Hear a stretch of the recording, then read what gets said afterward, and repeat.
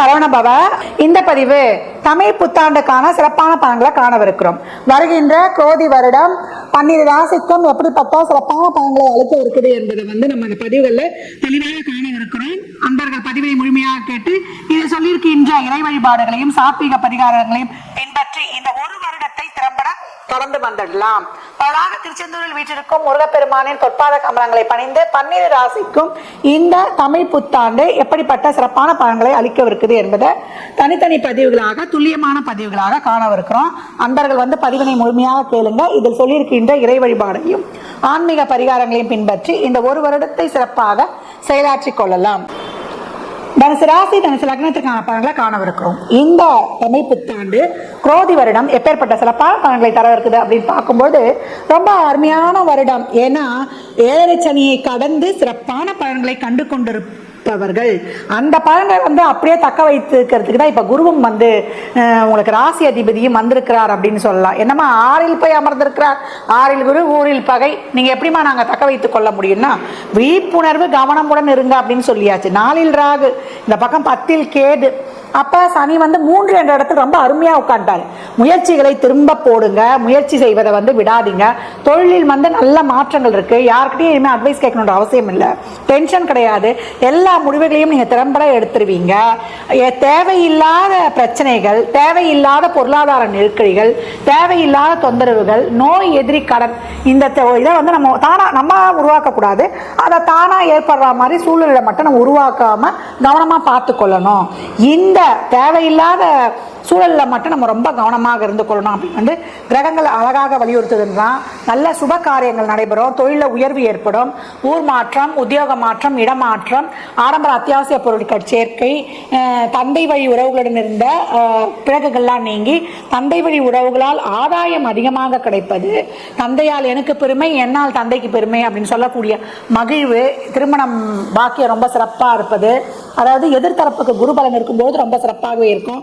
ரொம்ப நாள் கடத்துறோம், நாங்கள் திருமணம் நாங்கள் செட்டில் ஆகிற பிறகு தான் பண்ணிக்குவோம், எனக்கு இந்த கொள்கை நிறைவேறணும், எனக்கு அந்த தேவை நிறைவேறணும் அப்படிலாம் காத்து கொண்டு இருக்கலாமா. இந்த காலகட்டம் வயசாகிடுச்சு. இதுக்கு மேலே போனால் நம்மளுடைய டேர்ம்ஸ் அண்ட் கண்டிஷனில் எதுவுமே அங்கே ஃபிட் ஆகாதுன்ட்டு நீங்கள் திருமணத்தை நடத்தி கொள்ளக்கூடிய வாய்ப்பு, சுப நிகழ்வுகள்லாம் தாராளமாக நடக்கும். பெற்றோர்களுடனும் கூட பிறந்தவர்களுடன் வாக்குவாதம் செய்யாதீங்க.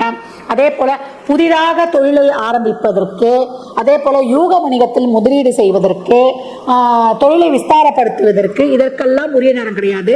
பணம் கொடுக்கல் வாங்கல கொஞ்சம் கவனமாக இருக்கணும் அப்படின்னு சொல்லியாச்சு.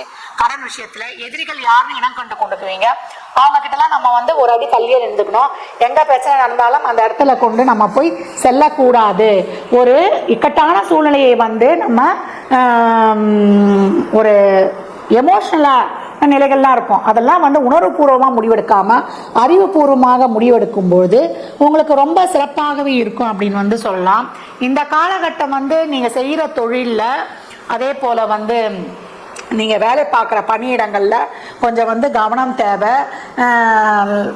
அதான் நான் ஏற்கனவே சொன்னேன்ல, நல்லது நடந்தாலும் கெட்டது நடந்தாலும் எமோஷனலாக முடிவெடுக்காமல் அது நியூட்ரலாக போனால் மனப்பக்குவம் நிறைய வேணும். அதுக்கு வாழ்க்கையில் அனுபவங்கள் வேணும். அப்படி இருக்கும்போது அந்த சூழலை திறம்பட கடந்து வந்துடலாம். மற்றபடி அனைத்துமே சிறப்பு. நம்ம இந்த காலகட்டம் தேவையில்லாத விஷயங்களை ஈடுபடாமல் செலவுகளை குறைத்து கொண்டு நம்ம திறம்பட கடந்து வந்துடணும். நல்ல பொருளாதார வருவாய் இருக்கும்.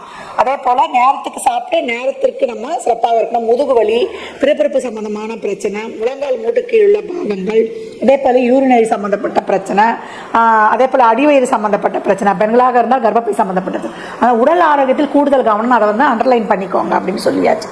மற்றபடி இந்த காலகட்டம் தனுசு ராசி லக்னக்காரர்கள் ஒரு நல்ல லைஃப் லீட் பண்றோமா, நல்லா தான் போய்கிட்டு இருக்குன்னா அந்த வாழ்க்கையை நீங்க கடந்து வந்துருங்க. ஏற்கனவே உங்களுக்கு நிறைய சில மாற்றங்கள்லாம் கிடைக்கும்.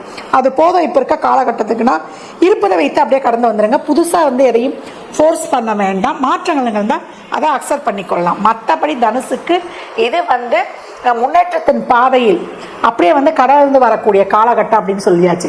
இந்த காலகட்டம் நீங்க வழிபட வேண்டிய தெய்வம் அப்படின்னு என்னன்னு கேட்டீங்கன்னா, ஒரு முறை குருவாயூர் சென்று வருவது ரொம்ப சிறப்பு. குழந்தை பிறப்பெல்லாம் ஒரு தாமதம், இல்லை ஒரு உடல்நிலையில ஒரு குறைபாடு இருக்குதுன்னா அங்க இந்த குன்றின் மணின்ற ஒரு சிகப்பு மணியை உடல்ல உருட்டி போடுவாங்க. அதை தாராளமாக போட்டு விட்டு வரலாம். அதே போல வியாழக்கிழமை தோறும் குருவுடைய வழிபாடு வழிபடுவது, ஒரு மகானை வழிபடுவது, பாம்பன் சுவாமிகளுடைய அருளி செய்த பாடல்கள், அதே போல் அவருடைய நினைவிடங்களுக்கு சென்று வருவது, இதெல்லாம் ரொம்ப சிறப்பான பலன்களை தரும். எப்பவும் வந்து சர்ப்ப வழிபாடு செய்து கொள்ளும்பொழுது உங்களுக்கு இன்னும் அபரிமிதமான பலன்களை தரும் அப்படின்னு வந்து சொல்லலாம். அந்த கோயில்களில் வந்து நிறைய இனிப்பு வழங்கும் பொழுது, பிரசாதமாக எந்த கோயிலுக்கு போனாலும் இனிப்பு, லட்டு, ஒரு பாயசம், அப்படி இல்லை ஒரு பல வகைகளில் வந்து தாராளமாக கொடுக்கும்பொழுது உங்களுக்கு உறவுகளில் இருக்க பிரச்சனை தீங்குறோம், பொருளாதார வருவாய் அதிகமாகிடும், எல்லா வித பிரச்சனைகளும் தீர்ந்து ஒரு நிம்மதியான மனநிறைவை தரும் தனுசு ராசி லக்னத்துக்கு. அதையும் தாண்டி தீபமேற்றி நீங்கள் வந்து வழிபடும் பொழுது இன்னும் வந்து உங்களுக்கு சிறப்பான பலன்களை வந்து நீங்கள் கண்கூடாக காணலாம். அபிஷேகத்திற்கும் உங்களால் இயன்ற பொருட்களை தாராளமாக வாங்கி தரலாம்.